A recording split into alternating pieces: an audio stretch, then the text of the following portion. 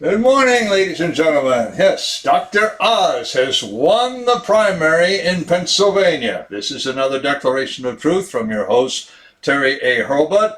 And yes, Dr. Mehmet Oz, the celebrity TV doctor, that Dr. Oz, won his Senate primary race in Pennsylvania yesterday. David McCormick, his closest competitor, called him after working hours to concede. We're going to talk about how few votes separated the two, how it even hit the United States Supreme Court, and what happens moving forward. Before I begin, I want to shout out to the sponsor of this channel, which is Conservative News and Views, link in the description. Be sure to check out the awesome CNAV Store. Scroll down near the bottom of that link. Lots of good merchandise there, including this t-shirt. Can you read it? Rhino hunting. And while I'm at it, I'm going to shout out to another sponsor, BitNext. This is your replacement for Zoom, Slack, the Google G Suite, Microsoft Office 365, Dropbox, WeTransfer, and Chili Piper, among others. Unlike any of them, BitNext protects your content and conversations so well that even the administrators can't see it. So this is your channel for secure comms, conferencing, cloud storage, and file sharing. Best of all, everything is back-end, so you don't even need client software. If you have a browser, you can use BitNext. Follow the link and give them a try. 28 days free of charge. You can't beat that with a stick. All right, ladies and gentlemen, gather round.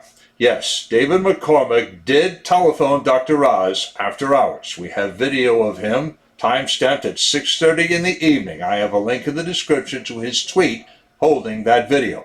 My other sources include Deadline, Axios, NPR, Associated Press via U.S. News and World Report, and Just the News. Now, do you remember my reporting a mixed result in the Pennsylvania primary? I have a link in the description to my earlier video on that primary. And if you read CNAV regularly, maybe you caught the report of Dr. Oz declaring victory late last month. Well, Mehmet Oz had only two opponents of consequence, McCormick and Kathy Barnett. Both candidates and former Secretary of State Mike Pompeo made much of Dr. Oz having dual citizenship with Turkey. For his part, Dr. Oz made much of Kathy Barnett's 2015 criticism of Islam on the Saturday before the primary. For the record, Dr. Oz was born in the United States, has relatives in Turkey, cast a vote in Turkish elections. He said he voted against the ruling party there, and kept dual citizenship only to make it easier to visit his relatives. He now says he will renounce the Turkish citizenship if he wins the general election.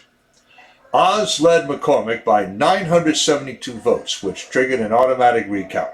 During that recount, McCormick's team sued the state, demanding that it count mail-in ballots that arrived on time but without a date on them. On Tuesday, Justice Samuel A. Alito issued an emergency stay on counting those ballots. That order is still up on the Supreme Court site, referencing the case of Ritter versus Migliore, case number 22-1499. Linda Migliore is an elections activist in Lehigh County. Now, whether those ballots would have overcome Dr. Oz's lead, I can't tell you. Maybe we'll never know. Nevertheless, McCormick, saying he knew the recount would never erase Oz's lead, conceded the race. At last report, Kathy Barnett has declared she would support whoever won the Senate nomination. McCormick said the same yesterday. All three agree that they must beat Lieutenant Governor John Fetterman, the Democratic nominee. Dr. Oz now hopes to succeed Senator Pat Toomey, a Republican who decided not to run again. Dr. Oz and his fellow Republicans all realize that this race could determine control of the United States Senate. But more than that, they all know that John Fetterman is a radical leftist as bad as Joe Biden or worse. Fetterman suffered a stroke a few days before the primary and has had a pacemaker installed. He has made no in-person campaign appearances since. Dr. Oz has the full confidence of President Trump, who has been a good friend of his for 20 years.